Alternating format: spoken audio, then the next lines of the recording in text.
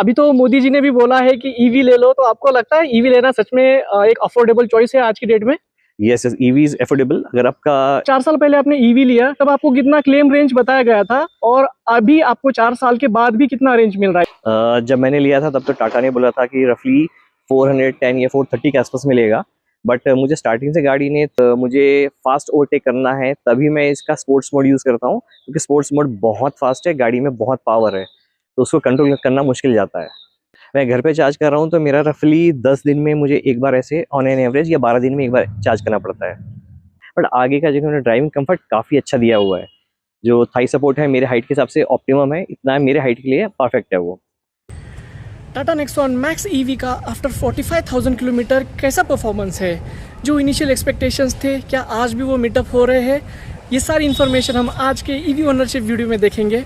Hello दोस्तों, मेरा नाम है अनुरंग। अगर आप ईवी में इंटरेस्टेड हो तो इस चैनल को ज़रूर सब्सक्राइब कीजिए। शुरू करते हैं आज का वीडियो। हेलो दोस्तों, मेरा नाम ऋषिकेश है। मैंने नेक्सॉन मैक्स लिया है, जो है जेट एडिशन। मैंने 2022 में लिया था, एंड ये गाड़ी रफली 50,000 किलोमीटर चल गया है। मैंने रफली लिया था 22 lakhs में लिया था। 4 साल पहले आपने ईवी लिया तब आपको कितना क्लेम रेंज बताया गया था, और अभी आपको 4 साल के बाद भी कितना रेंज मिल रहा है, इसके बारे में थोड़ा बताइए। जब मैंने लिया था तब तो टाटा ने बोला था कि रफली 410 या 430 के आसपास मिलेगा। बट मुझे स्टार्टिंग से गाड़ी ने 330 340 दे रहा था मुझे। तो आज भी रफली 4 साल के बाद भी गाड़ी मुझे रफली 330 310 का रेंज में एवरेज देता है with in city. And highway में मुझे ऑलवेज इसने 280 प्लस दिया है। ठीक है। तो अभी तो मोदी जी ने भी बोला है कि ईवी ले लो, तो आपको लगता है ईवी लेना सच में एक अफोर्डेबल चॉइस है आज की डेट में? Yes, EV is affordable. अगर आपका ट्रैवलिंग ज़्यादा है तो डेफिनेटली ईवी लेना ही चाहिए। अगर ट्रैवलिंग कम है तो ईवी सोच के लीजिए, क्योंकि आप ट्रैवल करेंगे तभी आप इसका आरओआई निकाल पाएंगे, एल्स नहीं होगा, क्योंकि आपको अपफ्रंट कॉस्टिंग ज़्यादा देनी है। रनिंग में आपका वैल्यू फॉर मनी हो जाएगा ये। ओके। तो जैसे आपने बताया था कि आपने घर पे सोलर का भी सेटअप किया है, इसके बारे में डेफिनेटली हम आगे भी डिस्कस करेंगे। लेकिन अगर ये भी कैलकुलेट हम करते हैं तो कॉस्ट पर किलोमीटर फिलहाल ईवी का कितना आ रहा है? मैं तो घर पे चार्ज करता हूँ, तो home charging is close to मेरे लिए 0 रुपीज़ है। आउटसाइड ही मैं पे करता हूँ। ओके। आपका डेली यूसेज कैसे होता है? आप ऑफिस जाते हो या फिर पर मंथ आपका किलोमीटर ड्राइव कितना होता है ईवी से? मेरा ऑफिस के लिए तो यूसेज नहीं होता, बट ऑन एन एवरेज मेरा एवरी मंथ ये रफली 1000 से 1200 किलोमीटर चल जाता है। ओके, ठीक है। और चार्जिंग की फिर आपको फ्रीक्वेंसी कितनी रखनी पड़ती है अगर आप घर पे चार्ज कर रहे हो? मैं घर पे चार्ज कर रहा हूँ तो मेरा रफली 10 दिन में मुझे एक बार ऐसे ऑन एन एवरेज, या 12 दिन में एक बार चार्ज करना पड़ता है। ओके। और मोस्टली आप स्लो चार्जर से ही करते हो? चार्जर के स्पेसिफिकेशंस क्या है? मेरे पास 2 चार्जर हैं, जो एक टाटा ने दिया हुआ है 3 किलोवाट का, और मैंने एक चाइना से इंपोर्ट किया है चार्जर। वो up to 7 kilowatt charging support करता है। तो डिपेंडिंग ऑन सिचुएशन, अगर मुझे जल्दी जाना है तो मैं जो 7 किलोवाट का चार्जर है उससे चार्ज करता हूँ।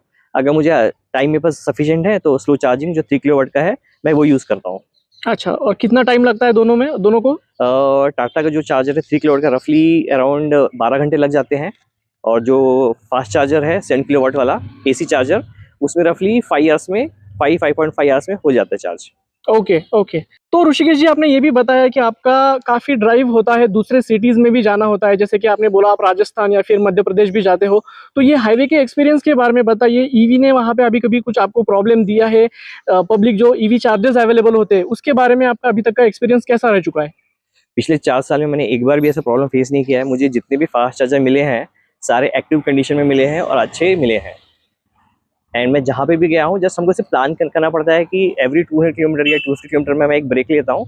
विद फैमिली हमारा ब्रेकफास्ट लंच ये हो जाता है, एंड हम गाड़ी फुल कर लेते हैं, 1 घंटे में रेडी हो जाती है गाड़ी। ठीक है, ठीक है। और ईवी का परफॉर्मेंस कैसे होता है हाईवे के ऊपर? रेंज कितना मिलता है, या फिर ओवरऑल और गाड़ी की स्टेबिलिटी हो, इसके बारे में थोड़ा बताइए। गाड़ी तो काफ़ी स्टेबल है। अब हाईवे में देखा जाए तो मोस्टली एवरेज स्पीड हमारा 80 टू 100 होता है। तो 80 टू 100 में जो ये पर्टिकुलर मॉडल है रफली 280 का रेंज आराम से दे देता है। एंड 280 का रेंज मतलब कवर करने के लिए आपको रफली 3.5 से 4 घंटे लग जाते हैं, जो कि एक ब्रेक लेने के लिए भी एक ऑप्टिमम टाइम है। ओके। क्योंकि मैं जनरली कभी भी मोर देन 4 आवर्स एक स्ट्रेच में चलाता नहीं हूँ, मैं ब्रेक लेता हूँ, ब्रेक लेना प्रेफर भी करता हूँ मैं। ओके। तो बाकी ईवी में जो अलग अलग ड्राइविंग मोड्स दिए गए हैं, तो उसके बारे में बताइए। आप नॉर्मली कौन सा प्रेफर करते हो, और ड्राइविंग मोड के ऊपर भी आपको एक रेंज मिलता है, तो उसके बारे में आपका क्या अभी तक का एक्सपीरियंस रह चुका है? मेरा मैक्सिमम ड्राइविंग सिटी मोड में करता हूँ। एंड जब मुझे फास्ट ओवरटेक करना है तभी मैं इसका स्पोर्ट्स मोड यूज़ करता हूँ, क्योंकि स्पोर्ट्स मोड बहुत फास्ट है, गाड़ी में बहुत पावर है, तो उसको कंट्रोल करना मुश्किल जाता है।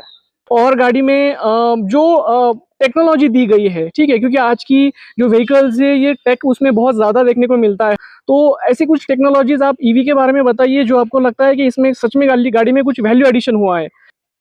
अब पहले देखा जाए तो पहले जो मेरे पास व्हीकल था उसमें मैप्स नहीं थे, इसमें पर्टिकुलर मैप्स आ गए हैं, तो एक तो सहूलियत हो जाती है। अब आप आउट ऑफ सिटी जा रहे हो तो आपको कहीं रुक रुक कर पूछना नहीं है, आपको ऑन मैप सारी चीज़ें विजिबल हो जाती है, पेट्रोल पंप कहाँ पर है, चार्जर कहाँ पे, सारे डैशबोर्ड में विजिबल हो जाते हैं। ओके। हाँ, इसके और इसमें अलावा जो टेक्नोलॉजी जो कनेक्ट का जो टेक्नोलॉजी दिया हुआ है, फॉर एग्जांपल कार अगर धूप में खड़ी है, आप इसको प्री कूल करके कार पहले से ठंडी कर सकते हो, तो ये एक एडवांस फीचर है जो यूज़ कर सकते हैं, पब्लिक यूज़ भी करती होगी। ओके। फिर आप जब चार्ज कर रहे हैं तो आपको मोबाइल पे नोटिफिकेशन आ जाते हैं कि गाड़ी कितनी चार्ज हो गई है, आप चेक कर सकते हैं ऑनलाइन कि कितना टाइम और लगेगा चार्जिंग के लिए। ठीक है। Okay, okay. और 4 साल में आई एम श्योर आपकी गाड़ी के बहुत सारे सर्विसिंग्स भी हुए होंगे, ठीक है? तो अभी तक का सर्विसिंग का एक्सपीरियंस आपका कैसा रह चुका है? टाटा के बारे में ऐसा बोला जाता है कि उनका service support, after sales service support बहुत स्ट्रॉन्ग नहीं है, तो आपका अभी तक का एक्सपीरियंस कैसा रह चुका है इस बारे में? इस बारे में मैं कहूँगा मेरे को बहुत अच्छा एक्सपीरियंस मिला है। लास्ट 4 इयर्स में मुझे बहुत स्मूथ सर्विसिंग मिली है, कोई इशू नहीं आया है। ओके, अच्छा अच्छा सपोर्ट दिया है टाटा वालों ने। ठीक है। और नॉर्मली सर्विसिंग का कॉस्ट कितना होता है और सर्विसिंग की फ्रीक्वेंसी कितनी आ जाती है आपकी? मेरा ऑन एन एवरेज गाड़ी जो शोरूम में जाता है रफली 6 मंथ में जाता है। 6 मंथ में एक माइनर सर्विस होता है और every 12 months means after 6 months वो मेजर सर्विस होता है। तो ऑन एन एवरेज जो मेरा कॉस्टिंग है वो 3000 टू 4000 में ही रहता है ओके, सर्विस कॉस्ट। ओके। इसके अलावा अभी तक 4 साल में कुछ बड़ा आपको एक्सपेंस लगा गाड़ी के मेंटेनेंस में, सर्विसिंग में, ऐसा कुछ आपका रह चुका है अभी? नहीं, जीरो मेंटेनेंस, कुछ Okay. मेरा एक्सपेंस लगा नहीं है, कुछ नो प्रॉब्लम। फॉर ठीक। Me it was a perfect 100% vehicle ठीक है, विदाउट एनी प्रॉब्लम। ठीक है, ठीक है। तो अभी तक आपका कुछ ऐसा वर्स्ट एक्सपीरियंस, बुरा एक्सपीरियंस हुआ है क्या? इन ओवरऑल पूछ रहा हूँ, जैसे कि कोई ट्रिप के बारे में या फिर गाड़ी के बारे में कुछ ग्लिचेस लगे आपको गाड़ी चलाने में, ऐसा आपको कुछ एक्सपीरियंस हुआ है अभी तक? नहीं, मेरा एक्सपीरियंस काफ़ी स्मूथ रहा है, कुछ मुझे इशू नहीं फेस हुआ है, चाहे शॉर्ट डिस्टेंस ट्रिप हो या लॉन्ग डिस्टेंस ट्रिप हो, काफ़ी स्मूथ चला है। ओके, ठीक है, ठीक है।